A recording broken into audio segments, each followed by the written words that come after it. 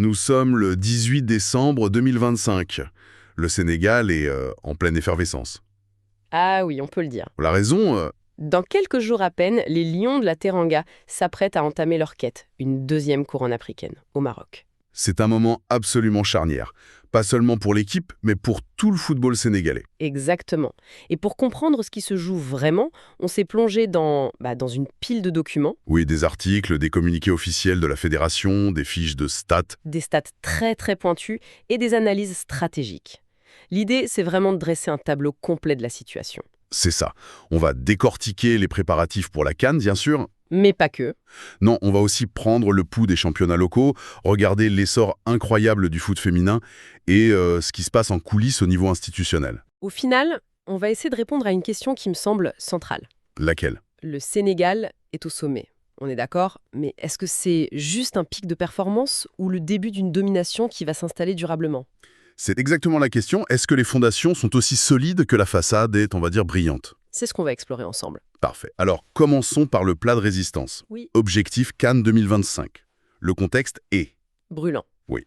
Cette 35e édition se joue chez le voisin marocain, du 21 décembre au 18 janvier.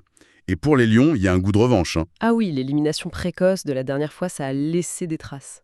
La pression doit être énorme. Immense. Et tout s'est vraiment cristallisé le 13 décembre avec la fameuse liste. La liste des 28 joueurs. Dévoilée par le sélectionneur Pape Thiaw. Et ce qui frappe tout de suite, c'est l'équilibre qu'il a cherché. C'est-à-dire...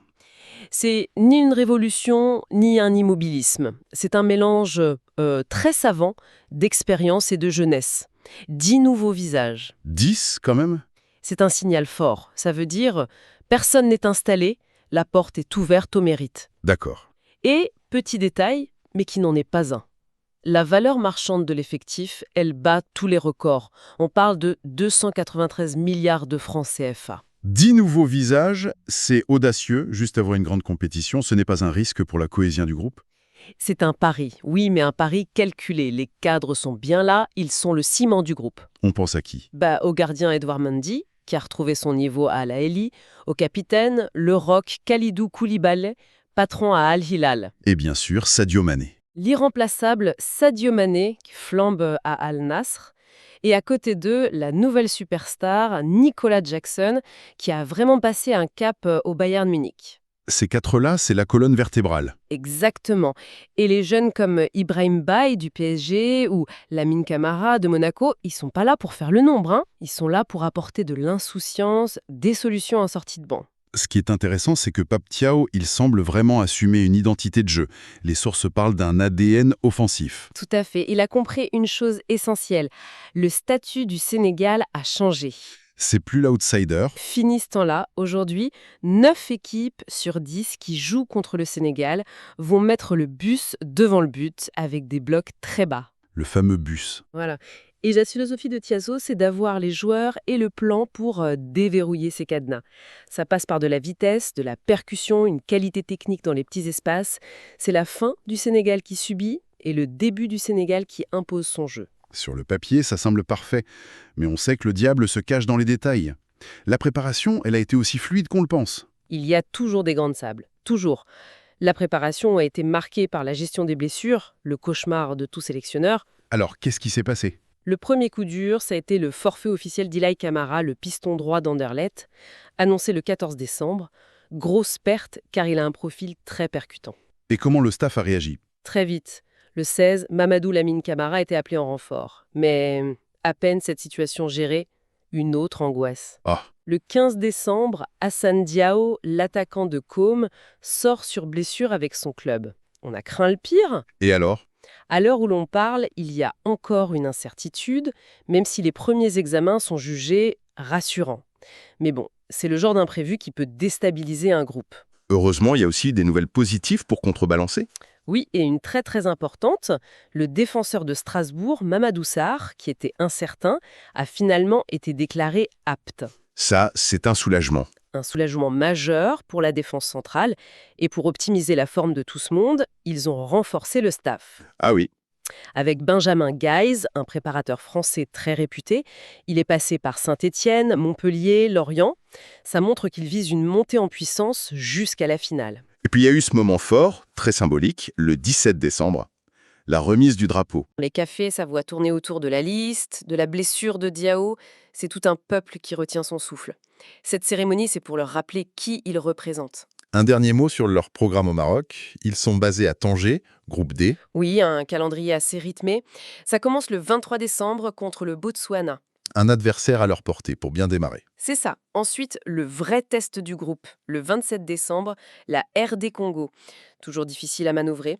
Et ils finissent le 30 contre le Bénin. Sur le papier, le Sénégal est favori. Oui, mais on sait comment ça se passe. Il n'y a plus de petites équipes en phase finale de CAN. Parlons justement des joueurs. Ces stars comme Mané et Jackson sont évidemment la vitrine. Commençons par Nicolas Jackson au Bayern. Ça a été le transfert de l'été. Est-ce qu'il confirme ? Les données sont vraiment éloquentes. Il y a les stats brutes, 3 buts en Bundesliga, et surtout 2 buts et 2 passes décisives en Ligue des Champions. Donc il n'est pas intimidé par la grande scène. Pas du tout. Mais ce qui fascine les analystes, ce sont les données avancées. Sa vitesse de pointe, 33,85 km/h. C'est l'un des plus rapides d'Europe. Impressionnant. Sa précision de passe, plus de 75%, excellent pour son profil. Et puis il y a cette fameuse stat.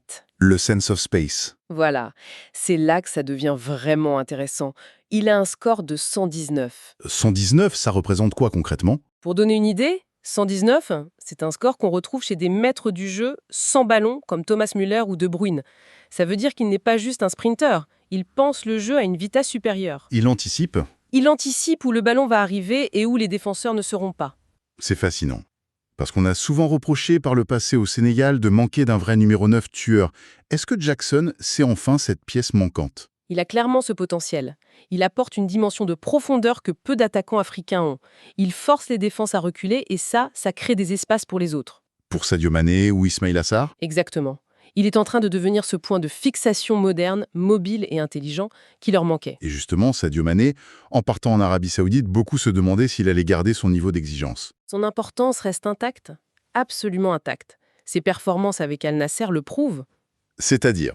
Sur ses 9 premiers matchs, il a mis 3 buts, mais il a surtout délivré 4 passes décisives et créé 20 occasions nettes. Donc il est plus dans la création. Oui, il est moins dans la finition pure et plus dans le rôle de chef d'orchestre. Et avec la sélection, il a balayé les doutes avec son triplé contre le Kenya en novembre. Donc il arrive en forme. Il arrive à cette CAN en pleine possession de ses moyens, peut-être même plus frais physiquement que quand il enchaînait les matchs tous les 3 jours en Angleterre. Ces stars sont la vitrine, on l'a dit, mais la force d'une nation, ça se mesure aussi à la base. Comment se portent les championnats locaux ? C'est un excellent point. Et la réponse est oui, il y a une vraie vitalité. En Ligue 1, après 7 journées, la course au titre est hyper serrée. Qui est en tête ? C'est l'US Gorée, avec 15 points. Et leur parcours est remarquable. Ils ont bâti leur succès sur une défense de fer. Ah oui. Un sale but encaissé en 7 matchs, c'est une forteresse. Et derrière, ça pousse fort. Exactement. Le Casa Sport, un grand nom, et l'AGL de Rufisque sont juste derrière avec 13 points. La tension est palpable. D'ailleurs, le week-end dernier, Le 14 décembre, oui, il y a eu un choc entre le Jaraf de Dakar, le champion sortant, et Guédiawaye FC. Le Jaraf s'est imposé 2-1. ce qui a enfoncé Guédiawaye, qui est lanterne rouge, si je me souviens bien. Tristement lanterne rouge, oui. Et cette vitalité, est-ce qu'elle se reflète dans la liste de Paptia ? Y a-t-il des joueurs locaux parmi les 10 nouveaux ? C'est la connexion cruciale. Même si la majorité des joueurs évoluent en Europe, la porte n'est plus du tout fermée aux locaux, au contraire. Tiao les suit de près. Ont participé au stage. Le message est clair. Si vous performez, on vous voit. D'accord. Et d'ailleurs, cette dynamique se voit aussi en Ligue 2, où les Senior Italie dominent, mais la surprise, c'est le promu Guelvoars FC, qui est deuxième. Donc il y a un vrai renouvellement. Absolument. Donc si on met tout ça bout à bout, une équipe A pleine de stars, des championnats locaux compétitifs. L'image qui se dégage, c'est celle d'un écosystème très sain. Extrêmement sain. Et si on prend encore plus de recul, on tombe sur un concept que la CAF elle-même a mis en avant. Une stat qui résume tout. Le Sénégal vise le grand chelem. Attendez, ça c'est absolument dingue. Le grand chelem, ça veut dire quoi concrètement ? Ça veut dire qu'en 2025, le Sénégal est le seul pays du continent à être qualifié pour toutes les compétitions majeures de la CAF. Toutes. Toutes. La CAN masculine, bien sûr, mais aussi la CAN féminine, le chant, la CAN U20 et la CAN U18. C'est du jamais vu. C'est une domination totale. À tous les niveaux, des plus jeunes aux pros, hommes et femmes, le Sénégal est au sommet. Ça en dit long sur la profondeur de leur programme par rapport à d'autres géants. Et dans ce grand chelem, vous avez mentionné la CAN féminine. L'essor de cette catégorie est particulièrement spectaculaire, non? C'est une véritable lame de fond. Les Lioncelles U20 viennent littéralement de surclasser l'Algérie, 6-0 en score cumulé. 6-0. Ce n'est pas juste une victoire, c'est une démonstration. Et ce n'est pas un exploit isolé. Chez les plus jeunes, les U17, elles ont battu le Libéria 2-0 avec un doublé d'une jeune joueuse très prometteuse, Fatih Salon. On voit qu'une vraie filière de formation est en train de se mettre en place. C'est ça. Clairement, ces succès à tous les étages, ce n'est pas le fruit du hasard. Quelle est la stratégie derrière tout ça, Eve? Quel est le plan de la fédération? Il y a un plan très clair qui repose sur 3 piliers. Le premier, le plus visible, ce sont les infrastructures. Les terrains. Exactement. La FSF a récemment inauguré des pelouses synthétiques neuves aux normes FIFA dans les stades de Kédougou et Sédio. C'est un point clé, parce qu'on a eu l'impression que tout le talent devait passer par Dakar pour être vu. Ça change la donne, ça, hein? Ça change tout. L'objectif, c'est de réduire cette fracture entre la capitale et les régions. En offrant des terrains de qualité partout, on donne les mêmes chances à tout le monde. D'accord pour le premier pilier. Et le deuxième? La gouvernance. Le 2 décembre, le comité d'urgence de la fédération a pris 10 décisions majeures. Parmi elles, le recrutement d'un nouveau directeur technique national, un poste clé. Pour harmoniser la philosophie de jeu. Oui, et surtout, le déploiement du programme de développement des talents de la FIFA. Le Sénégal est un des pays pilotes. Il ne bricole pas, il s'appuie sur les meilleures méthodes mondiales. Infrastructure, gouvernance et le troisième pilier. La formation des cadres. Le foot, ça ne se joue pas que sur le terrain. La SFF vient de lancer la 20e édition de son diplôme en management du sport. Ah oui, c'est du sérieux. C'est un partenariat avec l'université Cheikh Anta Diop et le CIS, l'organe académique de la FIFA. L'idée est de professionnaliser toute la chaîne, dirigeants, agents, marketing. Avoir des acteurs compétents partout. Voilà, un écosystème durable. Donc, si on résume, la fin 2025 dessine le portrait d'une nation qui a achevé sa transition. Le Sénégal n'est plus juste un outsider talentueux. C'est une véritable puissance, structurée, dominante sur le continent. L'alchimie entre la sélection A, les jeunes qui poussent, le championnat qui se professionnalise, tout ça ressemble à une stratégie à long terme qui paie. C'est exactement ça. On est passé d'une génération dorée à un système doré. Et la CAN 2025, c'est bien plus qu'un tournoi. C'est un test. C'est le premier grand test de cette nouvelle dimension. Une victoire validerait tout le modèle mis en place. Alors, pour revenir à notre question de départ, pic de performance ou plateau durable. Au vu de tout ça, on penche clairement vers la deuxième option. Tout à fait. La stratégie d'investir dans les infrastructures et la formation, c'est fait pour durer. Mais, alors que cette machine semble parfaitement huilée, un nouveau défi se profile. Presque un paradoxe. C'est-à-dire?